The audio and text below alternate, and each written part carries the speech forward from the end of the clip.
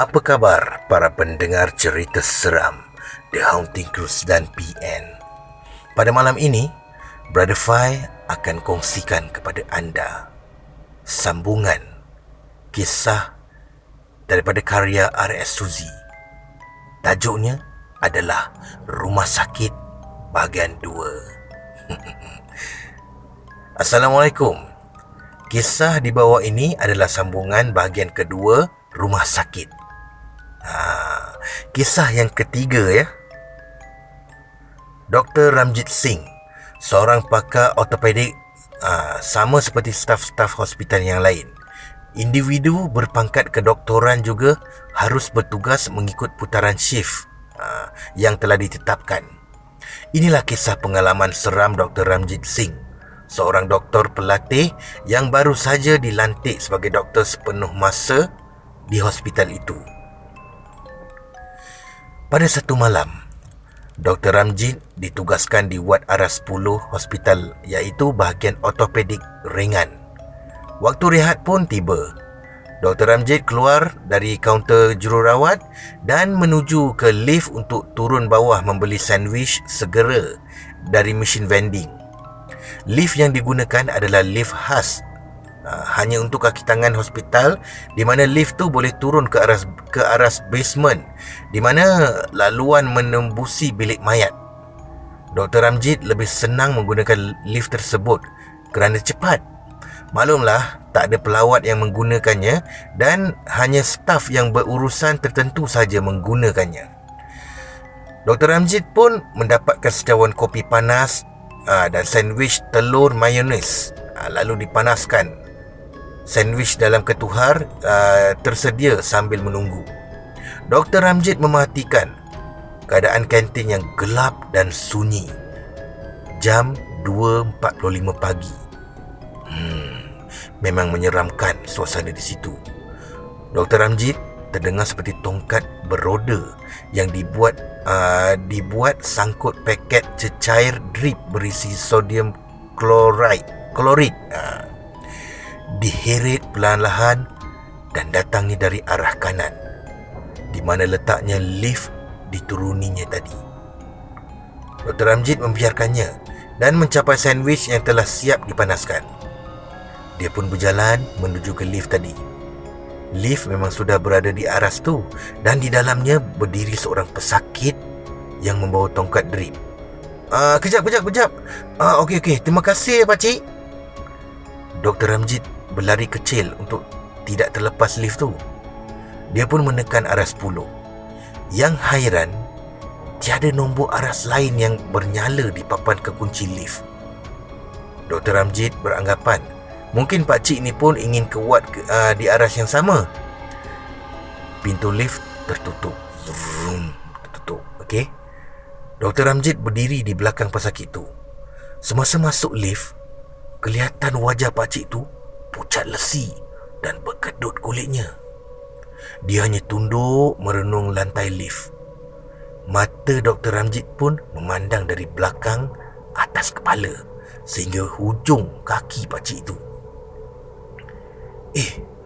Pakcik ni tak pakai selipar.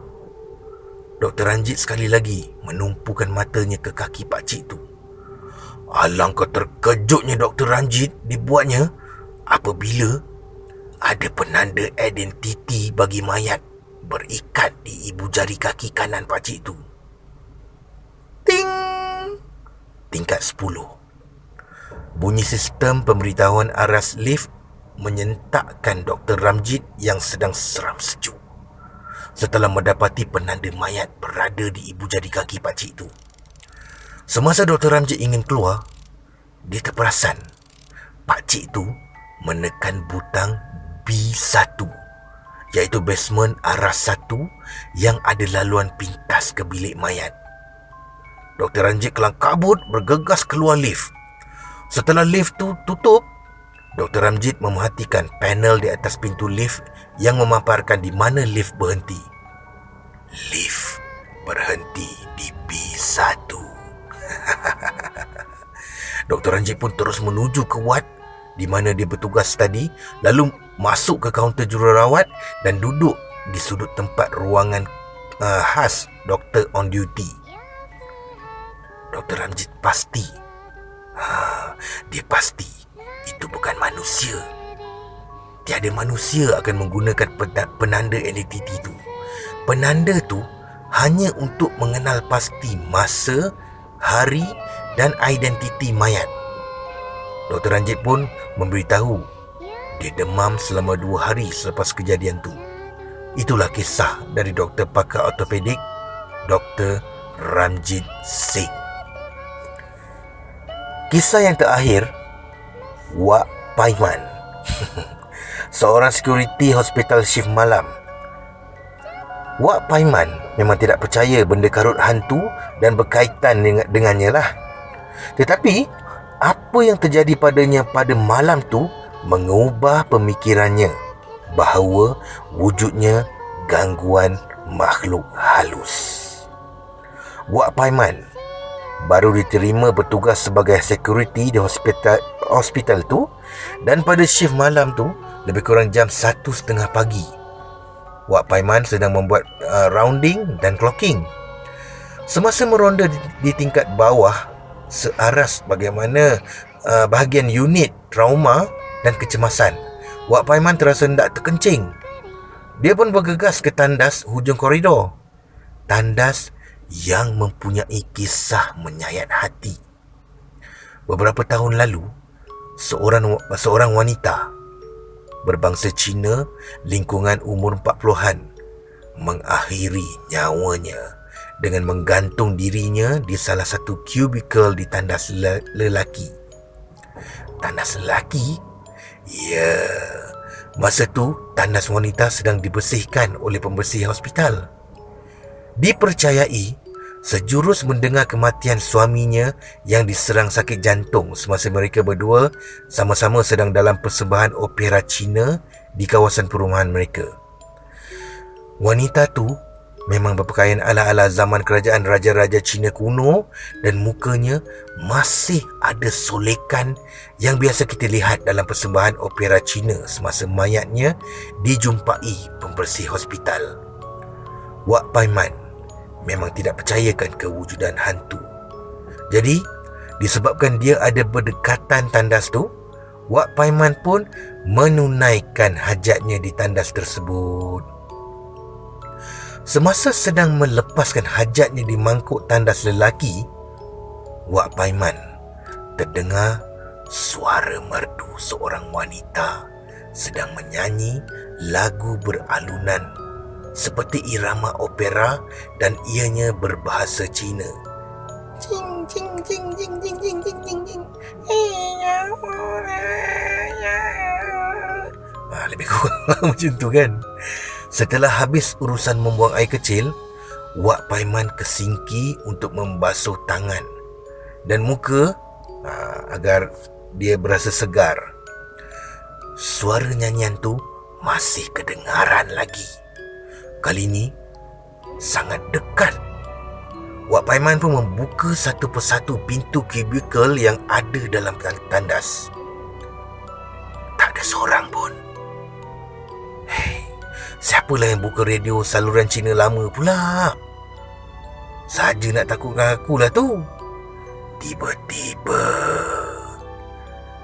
saya nyanyilah.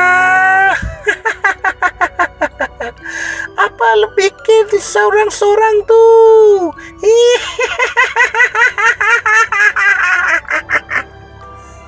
Suara halus diikuti hilaian menyeramkan menjawab kata-kata Wak Paiman tadi. Wak Paiman masih tak puas hati dan dia pasti ada yang hendak menakut-nakutkannya. Dia pun sekali lagi membuka satu persatu kubikel tandas. Apabila Wak Paiman menolak pintu kubikel yang terakhir, Wak Paiman terduduk, terkejut apabila dia melihat wanita berpakaian opera Cina sedang tergantung dan wanita itu senyum padanya. Lu takut kah? Lintang pukang Wak Paiman lari menuju ke pos security. Partner sekuritinya yang berada dalam pos tu terperanjat apabila Wak Paiman masuk termengah-mengah dan wajah pucat lesi. Hei, kau kenapa ni? Ha? Aku nampak perempuan tergantung kat tandas tu. Tanda hujung tu. Partner Wak Paiman tergelak sambil menghulurkan segelas air pada Wak Paiman.